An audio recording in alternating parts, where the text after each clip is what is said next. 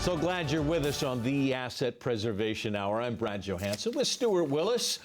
As we move into it, it's that time for New Year's resolutions. I mean, if you're that kind of person. I never really followed through very well with my New Year's resolutions. I kind of wanted it to be, I don't know, a week-to-week, a month-to-month thing, and the change of the... Are you a New Year's resolution guy? Well, you know what? I don't know. The buttons are a little tight here. You can see the stretch marks again. Don't stretch I know last year they were looking pretty good. I think I've put a few pounds on. So this year you're going to make one? Yeah, no, look, I think it's interesting. What are yours? Are we going to win another Emmy Award? What are we at, 23? I just want to be around you. I think that's how many Emmys do you have so far? Why do you do this? Come on, don't make it weird. Give me the number. 24. 24. There you go. Very blessed. 25. To be able to be able to do that. Let's go.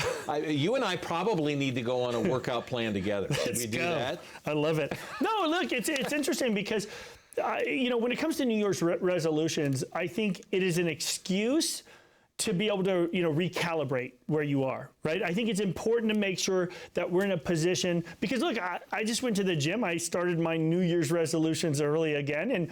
And what I said was, my New Year's resolutions is, I want to stay alive. Look, we've been.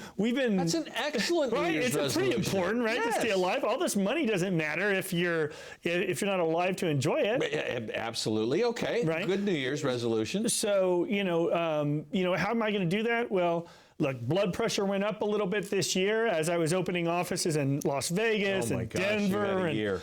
I mean, it was crazy, right? It was crazy. You know what? The response, thank you to the audience. I appreciate you. Just know that your response is a blessing to us and my family and our company and all of our employees. We've grown tremendously.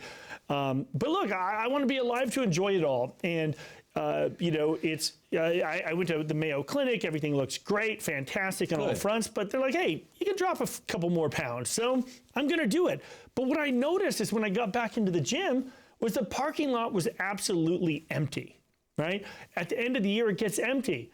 Well, why? Because people no longer have that, that very important resolution. They forget about it, and then they start in January. You can't find a parking spot, but in the summer, end of year, it's empty.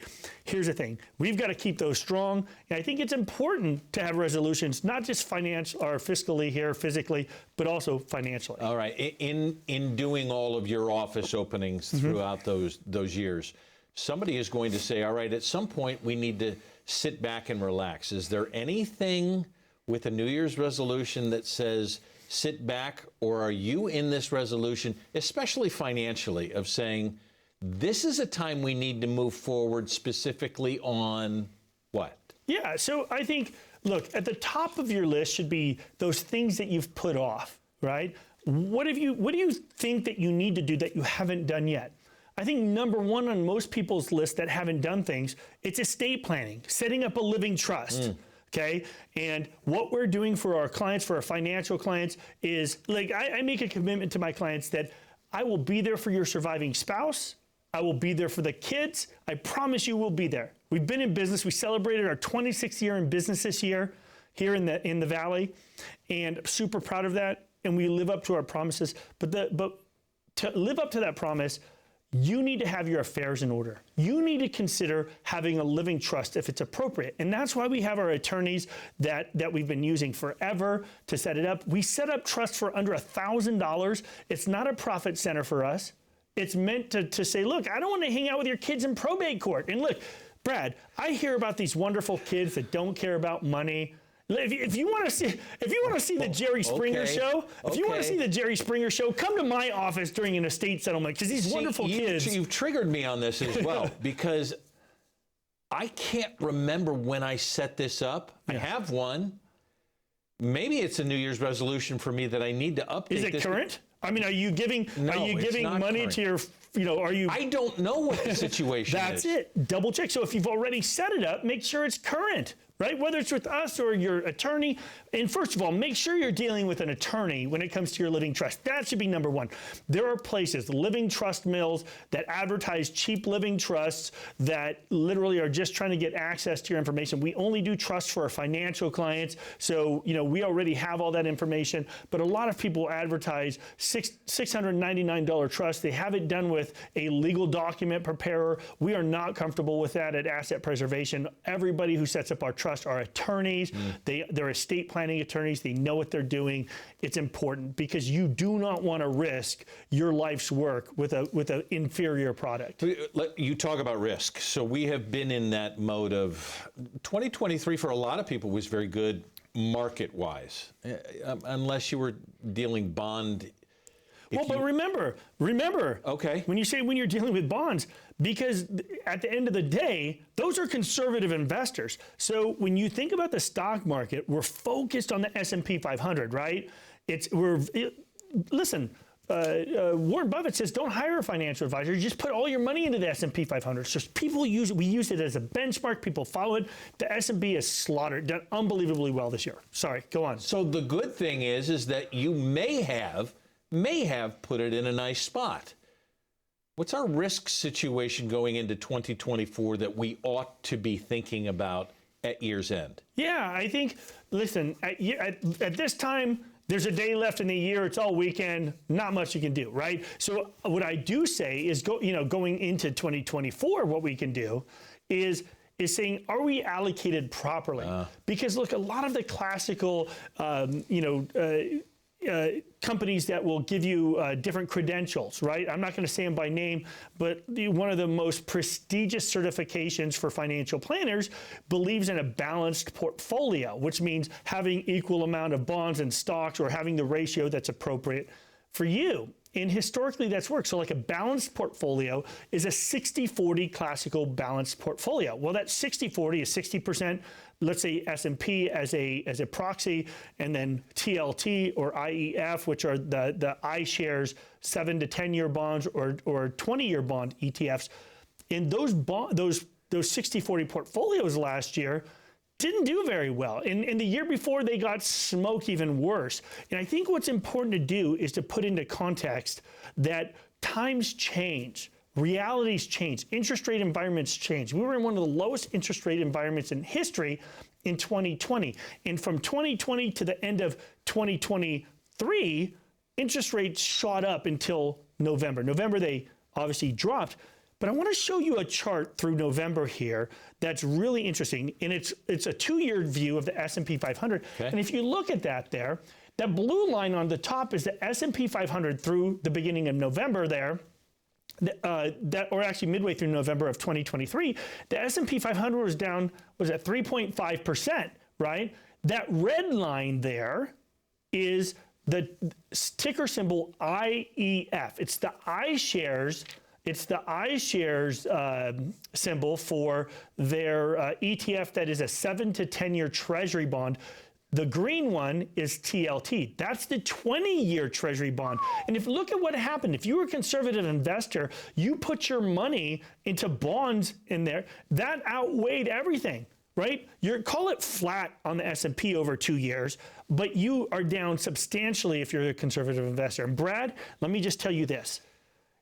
Conservative people got hit the hardest. People that could risk the least. Trying to do the smartest thing. Yeah, and it's one of those things where they need to, think about what they can do moving forward. And look, one of the things they did, moving to safety, is they said, okay, well, you know what? I want to make sure I'm protected. So anticipating interest rate increases or bond, or stock market, fluctuations, what they did over the last couple of years, 2-3 years, they bought indexed annuities, right? And they bought CDs and things like that. And listen, I think annuities have a place. They're not for everybody. They're not, some of the products are terrible. They've got all these built-in fees for lifetime income riders that I think are nonsense. But even if they did the right thing, some of the purchases made sense if you bought the ones without fees, even if they haven't made anything over the last couple of years. But here's the problem. They're not going to make anything moving forward because you bought them at these terrible interest rates. A lot of the underlying products or underlying performance of these annuities are bonds. And so if they are losing money in their bond portfolios, you're going to get base rated in this annuity. Your cap rates, your interest rates are all based on that. But here's the thing. Here's a lesson here going into the commercial.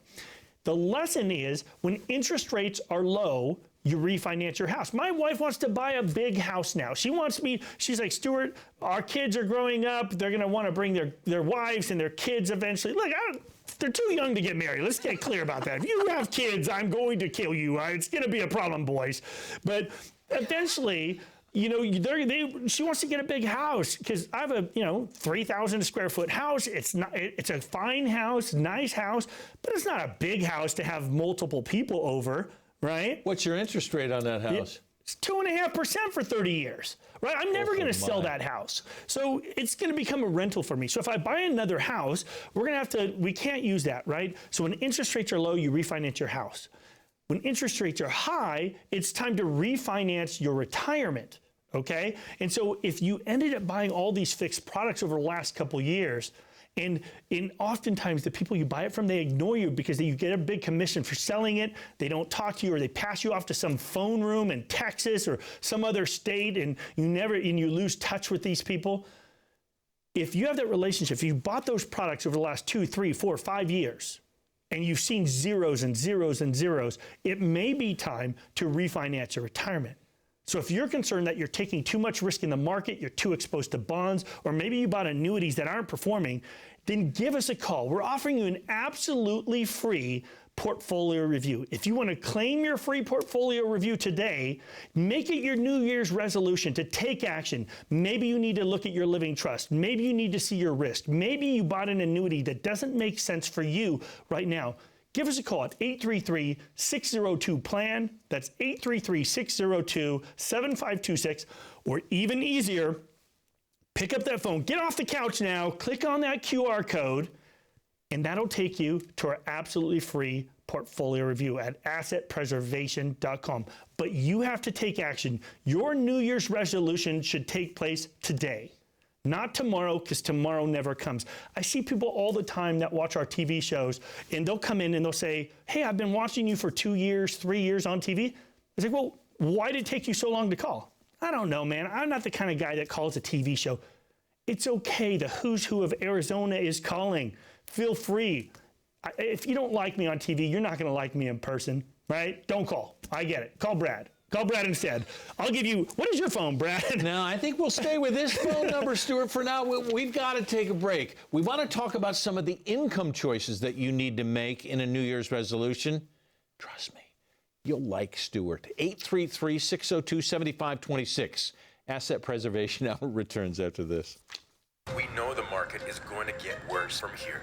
This is the biggest monthly decline in 10 years. People's 401ks took a major hit. Well, my investments are tanking. My retirement isn't going as planned. I can't believe I let my kid talk me into buying crypto. I mean, what is that anyway? This was the 4th worst contraction in history. So how are you two doing? Your financial future doesn't have to be uncertain. I'm Stuart Willis with Asset Preservation Wealth and Tax. If you have amassed a nest egg, it's time for a financial advisor to help you reach your retirement goals. We are in one of the greatest tax windows in history, so it makes sense to take advantage of this tax discount while you can with your partners in retirement. All of our expert advisors, CPAs, and enrolled agents are fiduciaries that specialize in retirement planning, tax mitigation, estate planning, and more. Plan your retirement right. Call right now for your own complimentary portfolio review and tax analysis.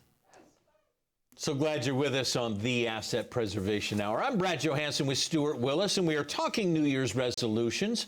We're hoping that 2024 is spectacular for you, but that probably takes a little bit of planning financially, which is why we're here. We've gone through a bunch of things. I want to go into income choices, and I want to start with Social Security if we can, because there's plenty of concern about Social Security and whether or not this is something we should be concerned about. What's the safety of Social Security right now? You know, that's a big question, and a lot of people, are watching the news. They're getting scared, and to some extent they should be. What scares me about Social Security is the fact that the way they look to replenish it. Okay, like when Social Security was created, just some context here. people were on average actuarially dead within a couple months of filing Social Security. So they would only live on Social Security for a year or two, or sometimes 6 months on average. The problem is people are living longer now, right? So Social Security is having a tough time. Yeah. But even the bigger pressure is that all of these baby boomers are now retiring, putting more and more and more pressure on on the program itself. No question. Right? Which goes along with a $33+ trillion debt Right. that they've got to pay off. Yeah, I mean, look, what did we spend? $9-10 trillion in COVID? It's nuts. And so at the end of the day, are there pressures on Social Security? No doubt. What really scares me about Social Security, and I said this about a year ago, I was watching a Senate hearing, and Lindsey Graham and Bernie Sanders both agreed on something, and that scared me, right? Whenever they agree on something, I get scared. What they agreed on is that higher income folks don't need Social Security as much, okay? And so what to me is, that's a dog whistle saying, oh my gosh, they're coming for Social Security again. Now, remember, we heard that similar language in 1983, when President Reagan signed into law for the first time ever taxing Social Security. It was never meant to be taxed. Franklin Roosevelt said it would never be a revenue source for taxation. But believe it or not, it was Reagan that signed into law the first time. That was the first time. Right? And then Bill Clinton made it even more taxable in 1993. But here's the thing that should scare you. Remember, when they said we're going to tax the wealthy on Social Security, Yeah. what they said is if you have more than $44,000 of income as a couple, which is the wealthy, right? That's the wealthy at the time. Then up to 85% of your Social Security can become taxable as ordinary income, just like making money at work, like an IRA, for example, right? Well, do you feel wealthy at $44,000? Come on. Right? Come on. Right? That's the point. It's ridiculous. But you know why it sounds ridiculous to you now? Is because that number's never been adjusted for inflation. So when you look at today's dollars, if you would add a COLA adjustment to that number, it's about $115,000 in today's dollars. So now all of a sudden you're like, oh, well, 115, well, that's high income. Here's the point. Everyone wants to be rich. They just don't want to be considered rich by the IRS or the Social Security Administration, right? Amen to that. And what's also scary, I was watching one of the Republican debates, the primaries. Yeah. And Chris Christie, with his 0.5% of the American vote right Careful now. Right? Yeah. I don't care. Here's the thing. Yeah. I'm going to get my hate emails and phone. Listen, I went to the most liberal school in the world. I went to Berkeley, right? And people, I came out a centrist, I'm kind of a McCain guy without, All right. without the McCain, arguments back and forth. I mean, I'm a centrist here, right-leaning centrist. But at the end of the day, you have to call it like it is, right? I want what's right for my clients. It's why I went back to, when I went back to Washington, D.C. in November of 2019 to argue on behalf of our clients for the Secure Act. We've done a bunch of that stuff. I argue for what's good for our clients. That's what I argue for. But anyways, Chris Christie, back to that, with his 0.5% of the vote, literally, I had to say it twice. Yeah, I had to say it twice. I had to kick him. Get out of the race. What are you talking about, right? Chris Christie literally was saying that Warren Buffett shouldn't be receiving Social Security. Well, that's an easy target, right? Because it's who's got Warren Buffett money? Not many people watching. Hold Well, it. you know what's funny? Maybe Warren Buffett's watching. That would be it. It's funny. You never know who's watching the show. You never know who's going to call, because we have seen the who's who of Arizona Yes, we call have. our number. The Yes. meetings I have are extraordinary. But the point is that when they say Warren Buffett shouldn't be collecting it, that's the same thing they said in 1983 when they said that higher income folks don't need Social Security as much. It's the same thing Lindsey Graham and Bernie Sanders are saying. It's a dog whistle to say we are going to tax Social Security, okay? It's coming. So you need to have a tax plan to be ahead of the curve there. That's number one. That should be your New Year's resolution number one. Have a tax plan. But is it solid? Well, we think they're going to be taxing the wealthy, which means you need to be planning ahead of the game. Under the current law, they look, your IRAs, your 401ks, all this tax-deferred money you've put away is going to come to haunt you in the future when it comes time to Social Security, we believe. Because look, taxing income is very easy. They just look at your 1099s. They try to start taxing wealth and build back better in some of the iterations of that law. Of course, it failed. Was it 2019 or so? Because they wanted to tax wealth. Right. You can't reassess excess capital assets every year. It's just not. It's not real. It's goofy, right? But at the end of the day, Social Security is huge. When people come into our office, we see it's the most underplanned part of the retirement, because they just take it for granted. They just file early, they file late, they just willy-nilly file, and they don't understand that when we see it, for a married couple, we're talking about between $1 million to $2.5 million of benefit for the clients that come into our office. They've never thought about it. They just automatically go and file because they don't understand the magnitude of it, how much it really means. People have saved $500,000, $1 million, $2 million in their retirement plans, and they want to think about that. Why are we planning the $1 million to $2 million of Social Security, Brad? I don't know whether I have an answer for that, because it doesn't make sense at this point. Yeah. You talk about income sources, and I want to get to this before we run out of time. We go through a long period of accumulation phase, and people would like to do this once. I want to retire once and be done with it, that I've accumulated to this.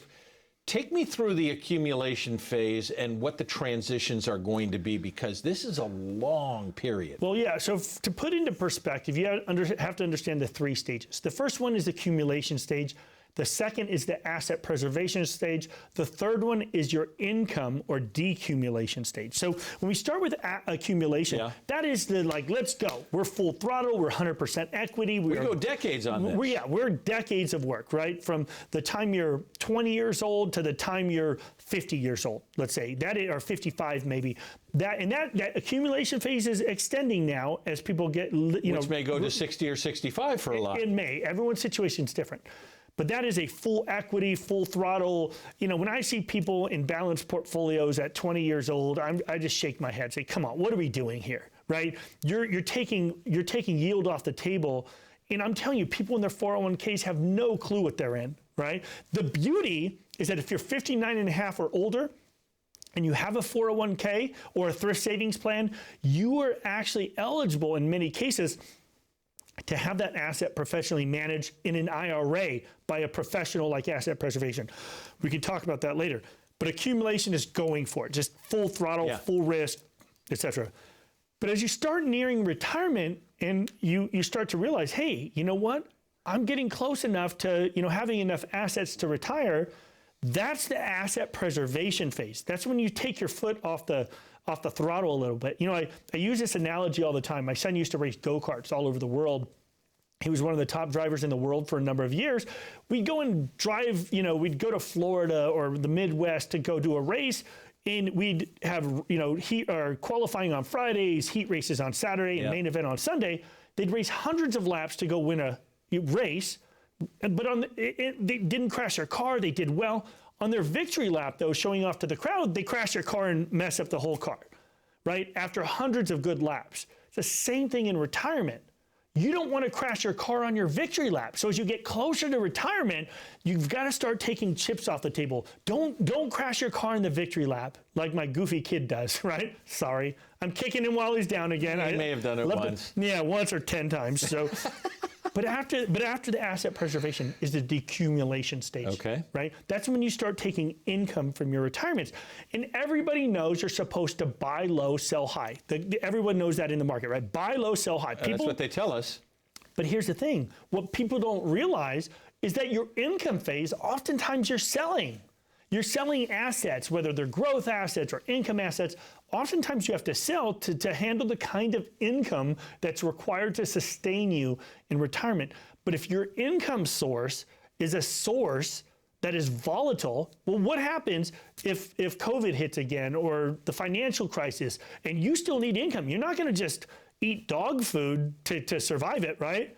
No, I will not be doing that. If COVID happens again, I hope it doesn't happen again. I think I have a lifetime supply of toilet paper in my garage just to protect. Good to know. There's a visual for you. Right. But what you don't want to do is not enjoy retirement going into. Sorry, man, I'm just on a roll here. You today. are on a roll. You don't want to be in a position where you can't enjoy retirement, right? And look, if your goal is to impress your friends with your portfolios, that's one thing. If you want to squeeze the nectar out of life and really enjoy retirement, Yes. knowing that, look, if something happens, I'm still fine, then you need to have a cash flow plan that shows you that you'll be fine. We have some of the most sophisticated cash flow software on the planet where we can show you if you're taking too much risk, will your money last based on certain rates of return? Because you want to take the least amount of risk necessary to win at retirement. And remember, winning retirement is how you define it. It's not how I define it. Because winning to you may be, hey, look, I want the kids to get $2 million when I die. Or your other goal could be, no, I want to have the greatest possible retirement throughout our whole life. While we're young enough to enjoy and travel and do all those things, you want to be able to squeeze that nectar out of life, enjoy the world, enjoy it. Because as we get older, people slow down. They can't do the same thing. Yeah. You know, and if you want to have that, you need to make sure that your income is safe and secure while other portions of your money are growing for the long term. I'm seeing a lot of advertisements about interest rates and stuff. As we're talking about New Year's resolutions, give us something that we can really rest on as we move in on a New Year's resolution, interest rates, things that we should be doing as we move into 2024. Yeah, absolutely. So once again, when it comes to your underlying investments, first you want to know what kind of risk you're comfortable with and see if you're taking that kind of risk, right? Have a professional analyze that, do a complete in-depth analysis, super important. But number two, make sure that your income source going into retirement is solid, that it doesn't have that variability. Like if your plan was to take your money out of bonds, right? That could be a problem. I showed you that graph from earlier that bonds have gotten smashed over the last couple of years. That could be a huge problem for you too. If it's to survive on some lifetime income annuity that you bought a few years ago and the interest rates are terrible, it's not making any money. Remember this. Interest is what you make. Income is what you take. We focus on interest, accumulation, growing that money so that it can continue to feed you over your lifetime, so that you have something to pass. So your life's work doesn't just go back to some insurance company, so it continues to perform. Consider refinancing your retirement, but you have to take action. If you're concerned that you don't have a plan that looks at all of these things, then give us a call at 833-602-7526. That's 602-PLAN. Even easier, pick up that phone, click on the QR code, make it your New Year's resolution to take action today. We're here to help, but you have to ask for it. We hope 2024 is the greatest year you've had yet. Do something for yourself. Call now. We always appreciate you being with us. Thanks for being here. Celebrate into the beyond. We'll see you soon.